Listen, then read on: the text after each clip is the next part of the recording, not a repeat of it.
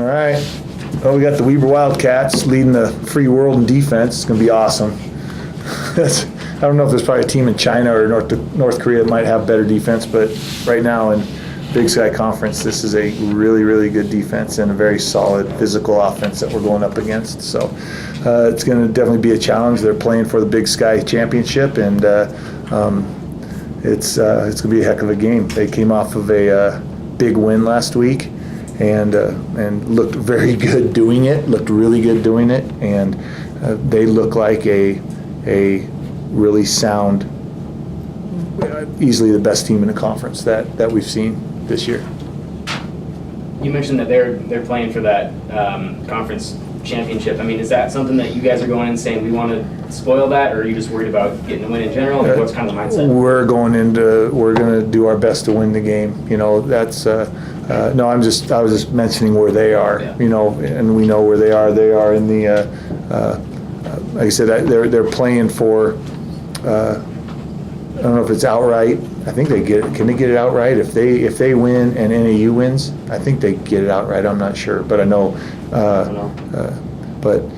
No, they're like I said, they're a solid team, and it's going to be. My point is, it's going to be a very competitive game. They're not gonna overlook us one bit. They're going to come out and try to prove that they are the Big Sky Conference champions. What do they do to make them successful on defense? They do a few things. Very solid. They've recruited well. Very physically. You can see they're big, muscled up guys. They don't have a weight room problem. And then they play just a suffocating style of coverage. That's tough, and they don't overwhelm you with a lot of scheme. They overwhelm you with great technique and very smart football, and they run their system and do an excellent job of it. And what's interesting, I guess, for me is that they lead the conference in all these defensive areas, but they don't really. Their leading tackler has like 51 tackles or whatever. So yeah, they play a lot of people. So, and you can do that. That's another reason why they're good. They roll guys in and out, you know, and got fresh guys in there the whole time. So yeah, it's cool, good. They're fun to watch. They're definitely fun to watch. How did it go this week in practice with the gun show? The gun show, good. We did all right.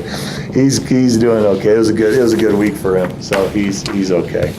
So those number one guys got reps like with him. Yeah. They were comfortable and. Yeah, you have to do that. And it was a good week to do that. So give him some. And you know, truth be told, we probably would have done that if Tanner was playing, you know, in full go. But you know, we're all okay today. Everything's good to go today. And by that you mean what? That Tanner's taking the 1 reps today. and you expect him to play Saturday? He's going to play Saturday. Okay. Yeah.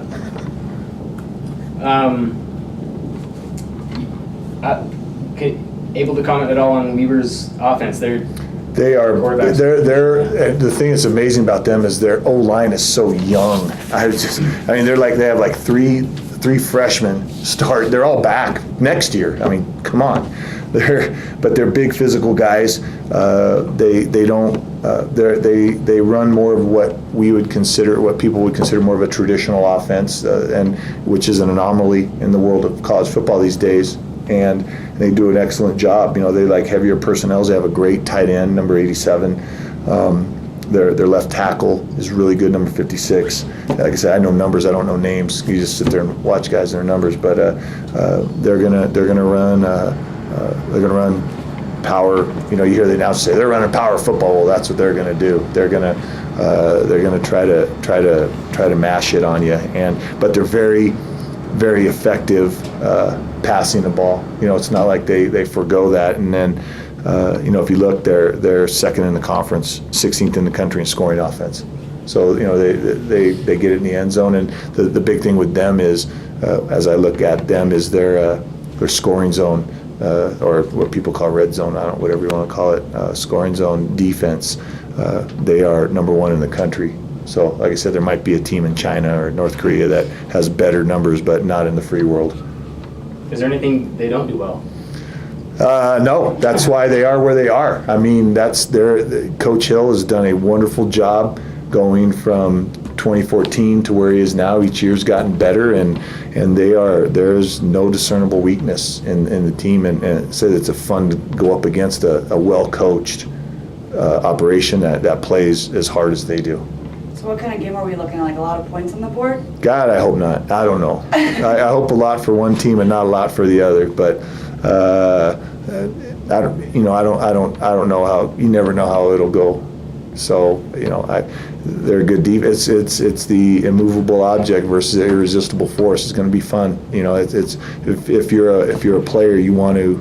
This is a challenge that you want, especially at the end of the year, to go against the best. Like the whole Ric Flair 30 for 30. If you want to be the best, you got to beat the best. So that's how we're looking. It's a great challenge.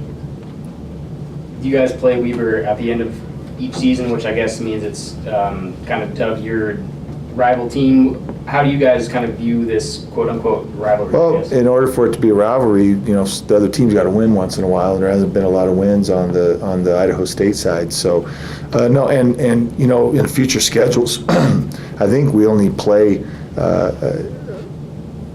think we only play them at the end of the season 2 more years, and then it changes, and it's moved around, and kind of talking with Jeff Tingy about it, I was like, God, it'd be nice to keep it at the end.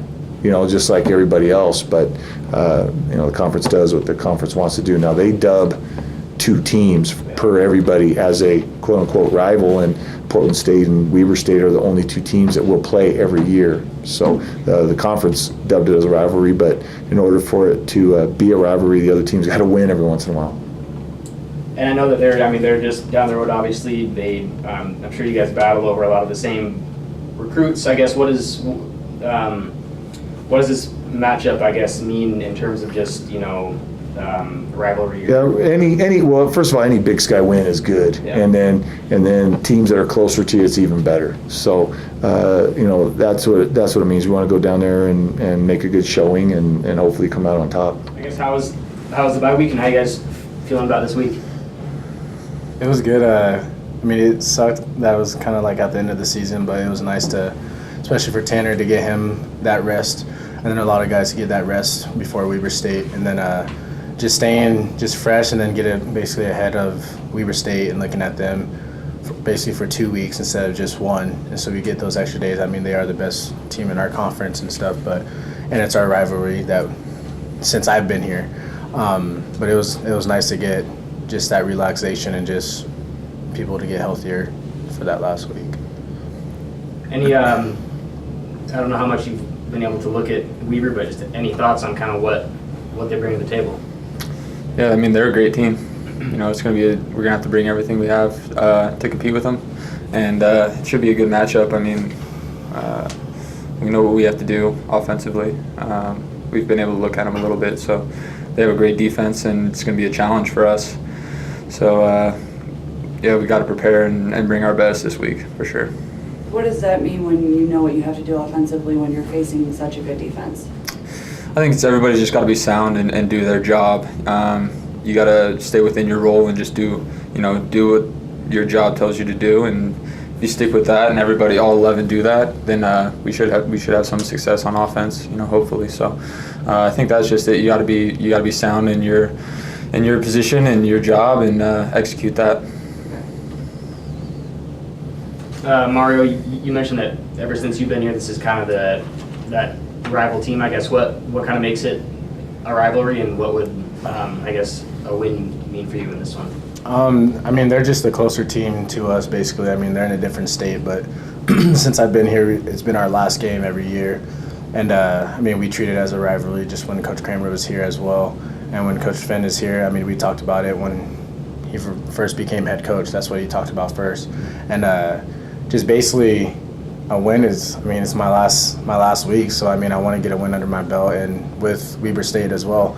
It's going to be a tough game. They're, like Coach Finn was saying, they're a great team. They're very well coached, but we got to bring everything that we got to the table, leave everything on the field like we should be doing every game, and it would be great. It's my last week, and want to definitely put in everything that we get and get a W under my belt. Yeah, any emotions for you yet, knowing this is come on, last time you're suiting up?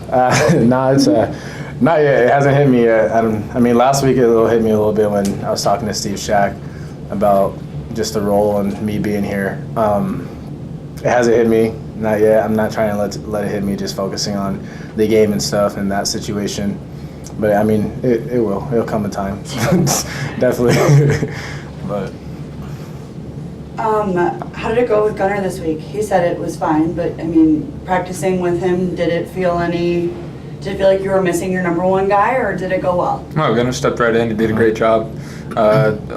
You know, me and Hagen got to go with the ones and stuff, so, you know, nothing really changed as far as the people he's seeing in the one spots, and Gunnar did great. I think he stepped right in and made the reads he needed to, and he executed, and it was a lot of fun this week practicing with him. He's definitely a change of pace, but he does a great job in there. Did the bye week help you guys kind of let go of the game that we don't want to mention last week ago, 2 weeks ago? Or what, did it, I don't know, was it a clearing of your head, or was it just like, all right, it's go time? Yeah, I mean, that's what we kind of look. I mean, it was a tough loss for sure. I mean, especially on senior night and stuff. And I mean, we just weren't, everything just wasn't together. That's just, I mean, some games go like that, some games do. Right. But yeah, I mean, we just looked forward to Weber State this last week. That's all we talked about. We didn't talk about the game at all. I don't recall talking about it throughout practice. It was just more Weber State, and we went right into it. I mean, we were doing everything we needed to do, just like a normal practice in a normal week. So. Cool. Yeah, I'd say we just kind of focused on flushing it. You know, whether it's a win or a loss. I mean, Monday is kind of the last day you have to deal with the game before, and then you're on to the next one. And it just so happened it was our bye week, so I mean, I think it was good for us to move on from that. We had some time to move on from that loss, but like I said, either win or lose, Monday it's over with, and we're on to the next one.